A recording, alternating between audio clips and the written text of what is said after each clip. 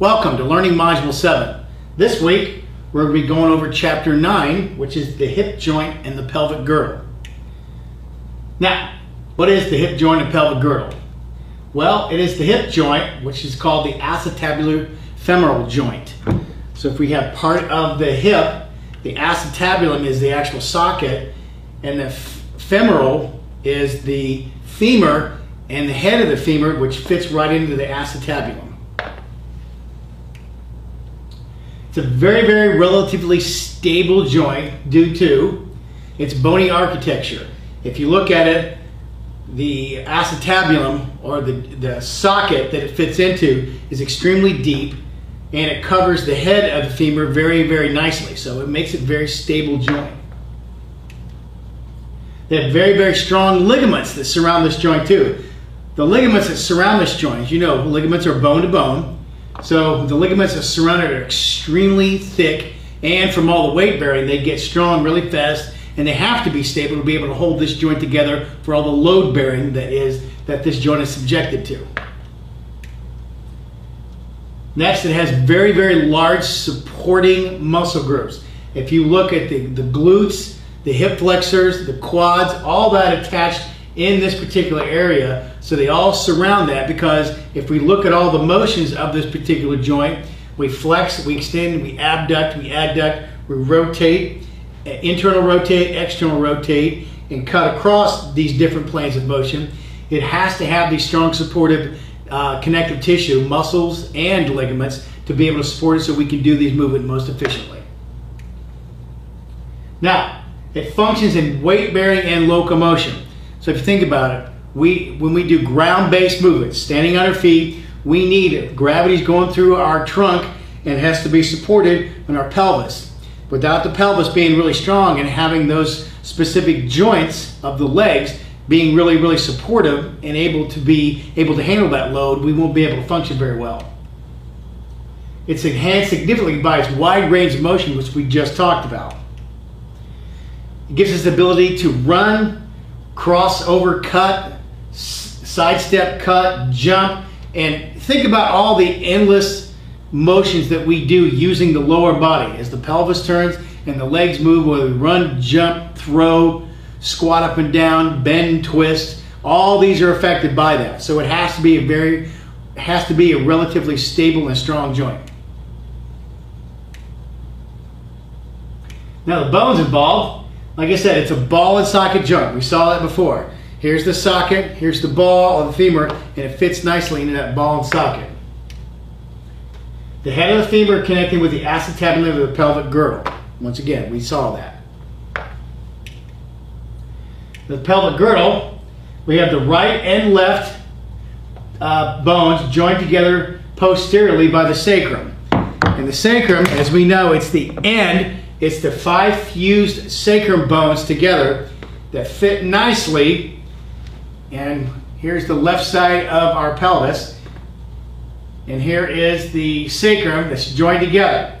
It holds together. Now that, where it joins at, is considered a joint. It doesn't move very much, but just enough to give us some flexibility in there so we can move more efficiently. Now the pelvic bones are the ilium, the ischium, and the pubis. We also have the femur, which is our thigh bone, and it's the longest bone in our body. So if you look at the diagram, you'll see the whole pelvic girdle, all 3 bones plus the sacrum as well, and then the femur as it connects into the acetabulum.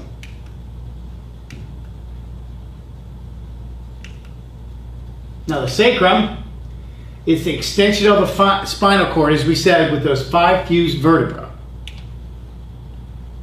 Extending inferiorly is the coccyx right here. So it comes in inferior. It's inferior when it extends inward.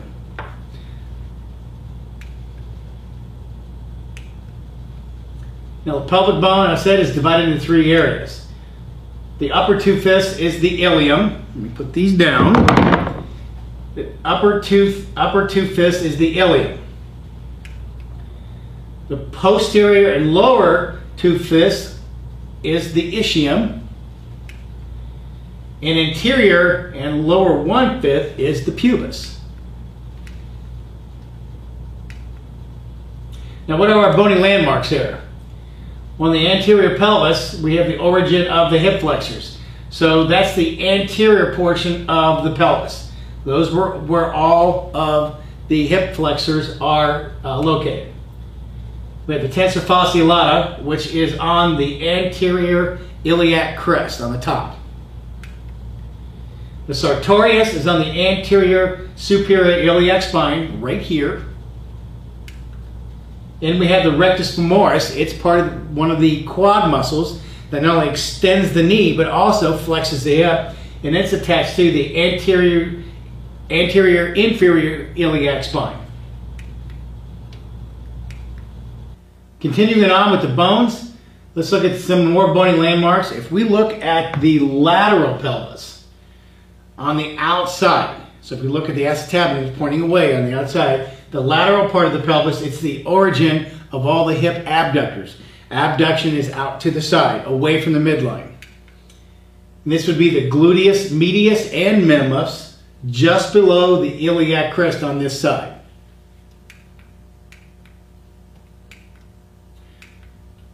Medially, on the inside toward the midline, is the origin for the hip adductors. So that would be the adductor magnus, adductor longus, adductor brevis, the pectineus, gracilis, and the pubis pubis and inferior ramus.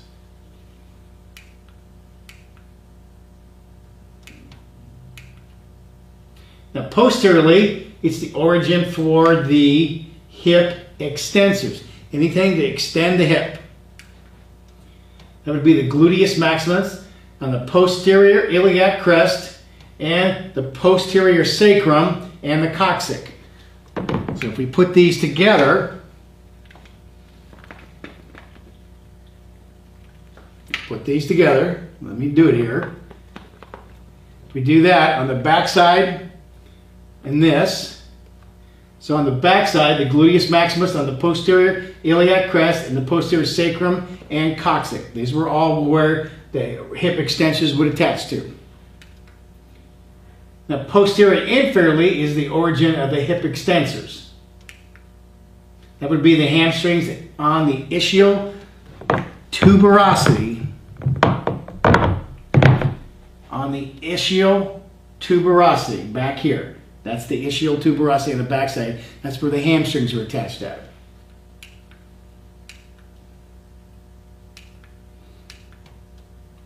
Now the proximal thigh is the insertion of all the short muscles of the hip. So we look at the gluteal muscles and most of the 6 deep external rotators on the proximal thigh. On the back, the upper part of it, the insertion of all the short muscles. That would also be the iliopsoas, which would be on the lesser trochanter. Here's the greater trochanter. Here's the lesser trochanter. And the proximal thigh origin of the 3 knee extensors. The 3 vasti muscles are the quadricep muscles, anteriorly, on the front side of the femur. There's also where the hip adductors are, the linea aspera, on the back side, right in here.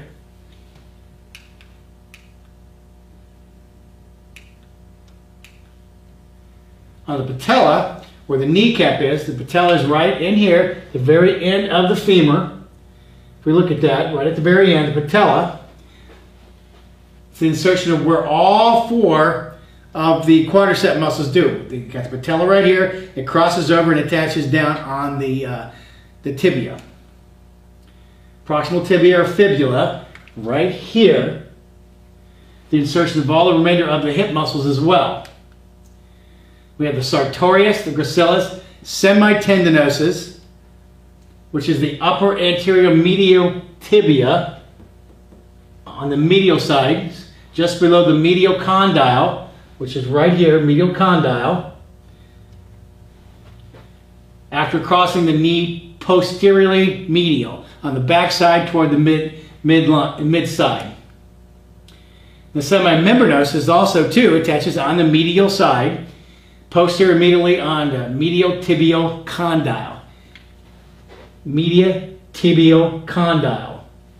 So if you look at it, you have on the back side, medial tibial condyle, the hamstrings would attach to the ischial tuberosity, come down, semimembranosus and tendinosus attached on the medial side. The bicep femoris attaches on the other side. So we have 3 hamstring muscles attached posteriorly, which flex the knee.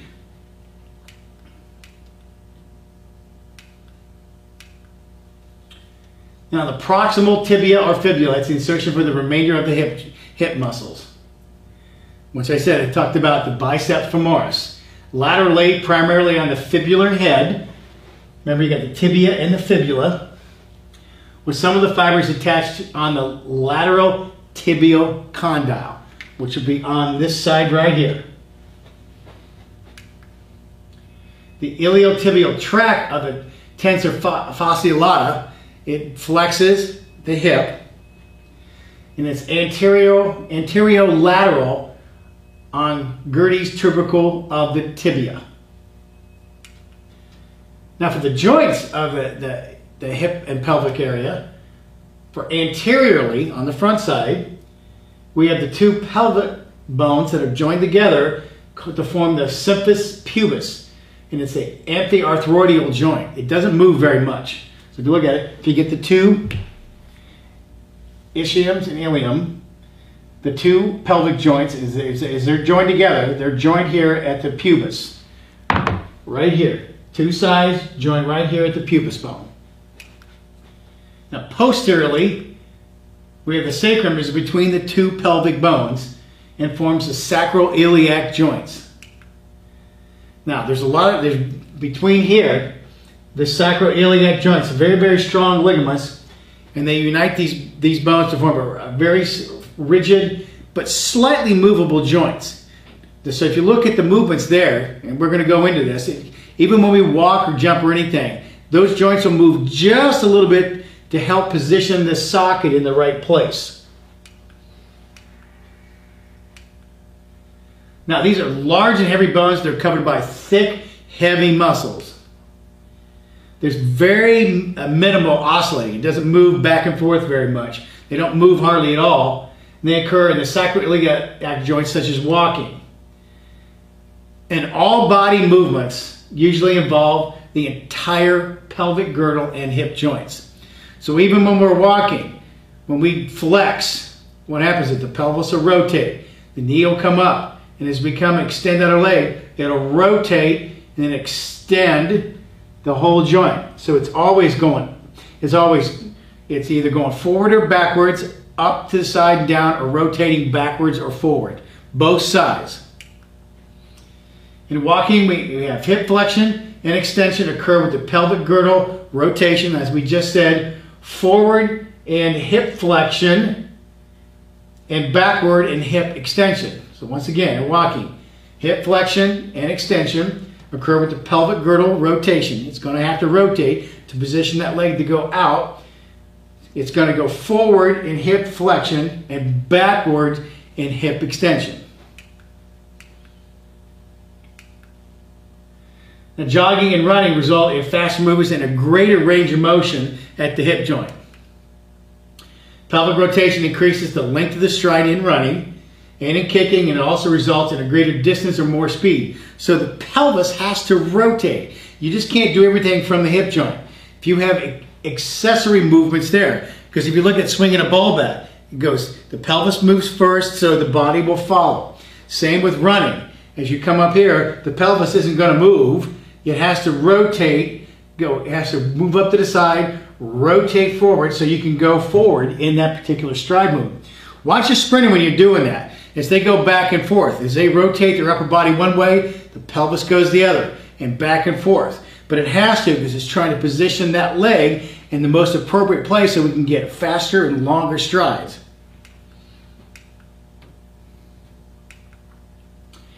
Now the acetabular femoral joint, it's one of the most mobile joints in the body, except for the glenohumeral joint. We already looked at that.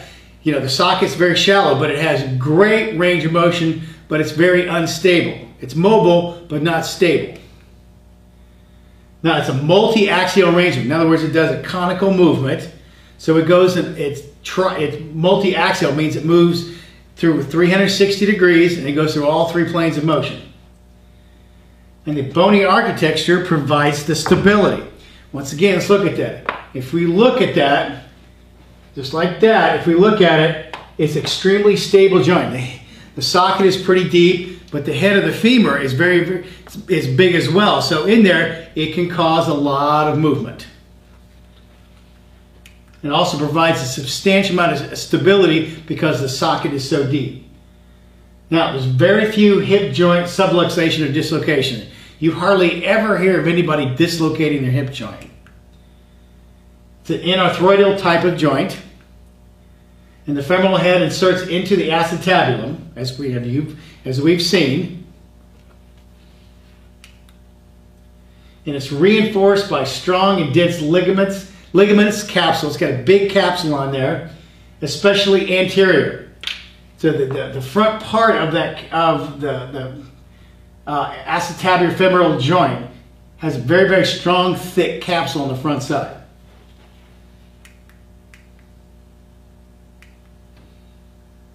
Now, this joint, it's got an iliofemoral or Y ligament configuration. It's located on the front side of that joint, and it prevents hyperextension. So you can't extend because when you try to extend the leg, you can't hyperextend because of this. What it's going to do is tighten up and prevent it from extending too far back. The pubofemoral ligament, located anterior medially and inferiorly, extends excess extension and abduction. Excessive extension and excessive abduction, because it'll tighten up and hold it there.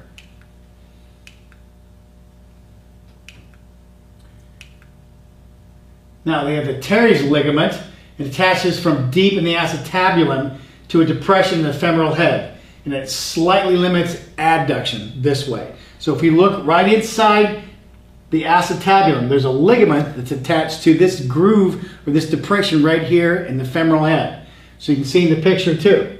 It attaches there and it holds it in there and slightly limits adduction. As the leg comes in, it slightly limits that. It's similar to the glenoid fossa of the shoulder joint. The acetabulum is also surrounded by a labrum, a lip of cartilage that surrounds that for more stability. And it also provides some shock absorption as well.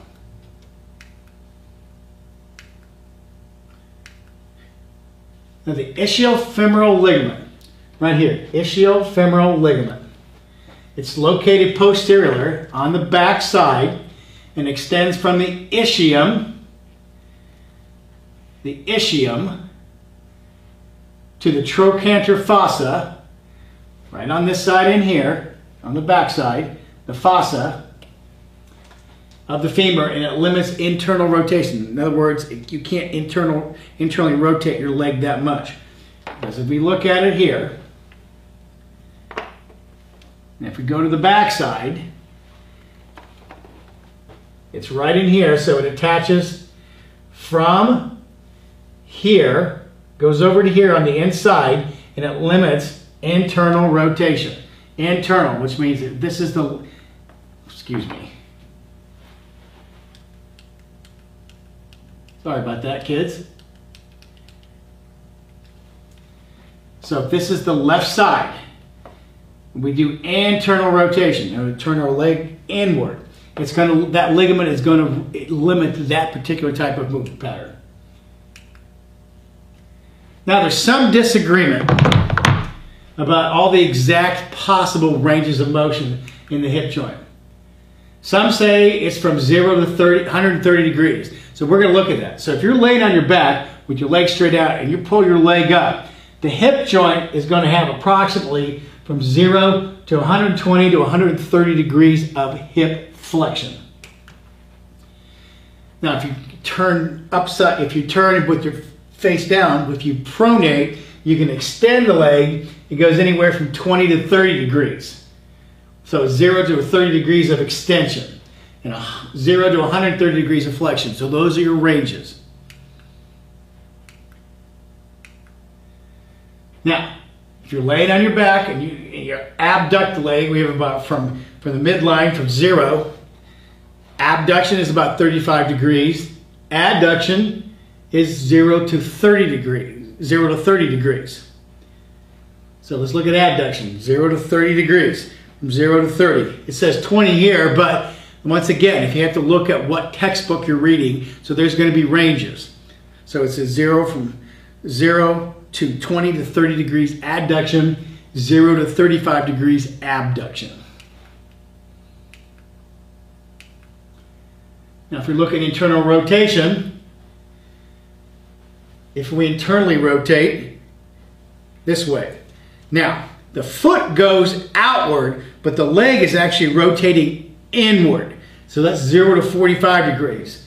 Now it's 0. Now if we externally rotate, the leg is actually rotating to the outside, but the foot goes inside. So that's 0 to 50 degrees.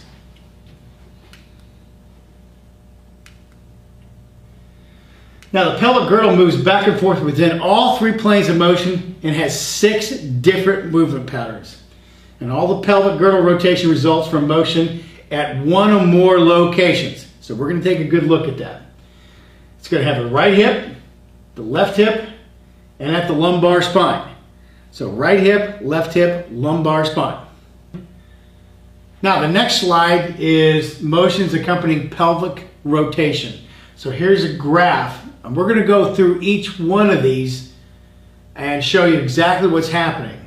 So on one side we have pelvic rotation, then we have what's happening with the lumbar spine, and what's happening at the right hip, right and left hips in all these different motions.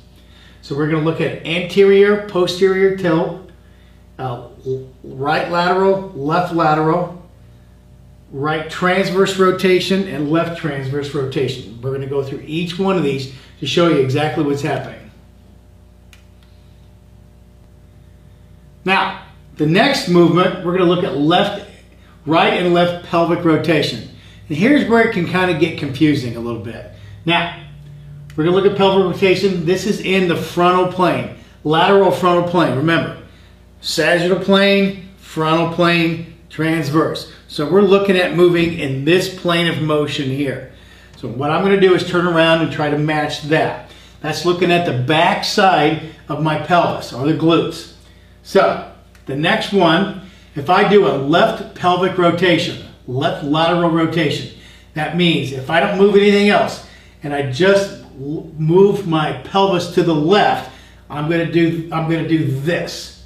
So if we look at that, my pelvis, the right pelvis is moving up, the left pelvis is moving down.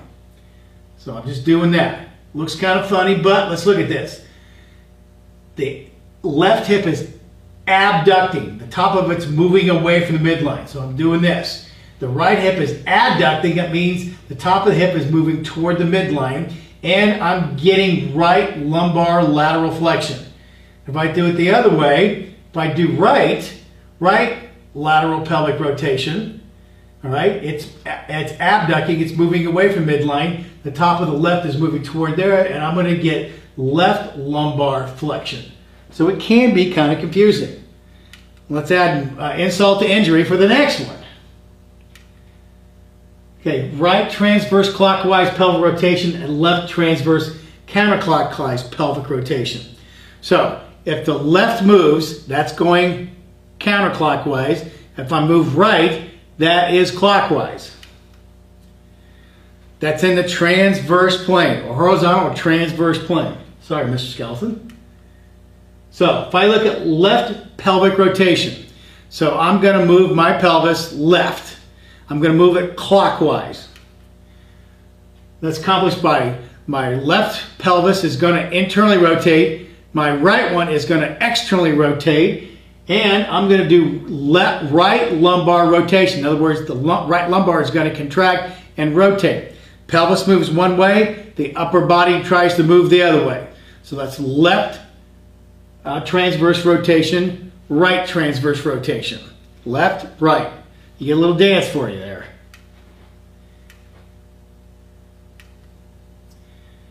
Now, Let's look at the regular movements of the hip joint. If we decrease the hip joint for the thigh, if we pull our leg up, it's decreasing the angle, so that is flexion. That's what flexion is, decreasing the angle at that joint. Movement of the femur straight, anterior forward toward pelvis. So we take this, moving it toward our pelvis, because remember, that motion is circular, so it's trying to move this upward toward the pelvis. Hip extension, move the leg down in the neutral position and move our leg backward. That's working the glute. This is working the hip flexors. This is working the hip extensors. Movement of the femur straight posteriorly away from the pelvis, sometimes referred to as hyperextension. So flexion, extension, hyperextension. But we just call this extension. Hip abduction, as we know, we're just taking the leg and moving it away from the midline, away from the body. Moving the femur laterally to the side, away from the midline. And guess what hip abduction is? Moving the leg toward the midline. Pretty simple. Hip external rotation, taking the whole leg and rotating it outward. If you look at your foot straight ahead, you're moving it away from the midline, externally. External rotation. Hip internal rotation, you're taking your foot and rotating the whole leg inwardly. Inwardly. The heel moves out, but the toes moving inward, but the whole leg is moving at the hip.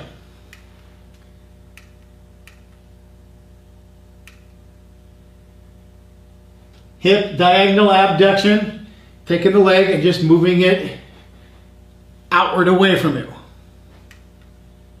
Moving the femur in a diagonal plane away from the midline of the body. So away.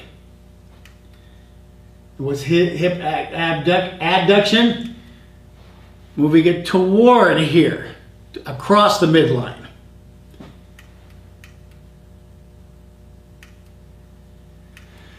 Now if we look at hip horizontal abduction, moving the femur in a horizontal or transverse plane away from the pelvis. So bring it up here and we're moving it away from the midline. For abduction, we're just moving it toward it. So we flex, move it away in a horizontal plane, away. That's abduction, toward the midline, adduction.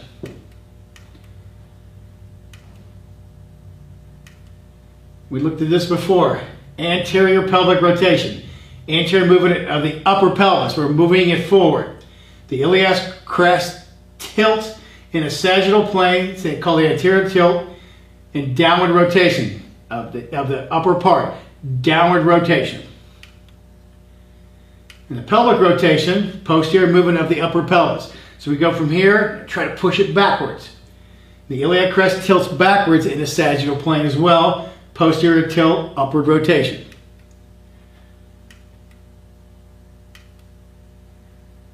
We looked at lateral pelvic tilt. In the frontal plane, the left pelvis moves inferior. Moves inferior. Relation to the right pelvis. See, the left pelvis rotates downward, the right pelvis moves upward, or vice versa. Left and right. Right pelvic rotation in the frontal plane, the right pelvis moves inferior in relation to the left pelvis. Either right pelvis rotates downward or left pelvis moves upward. So, left, right.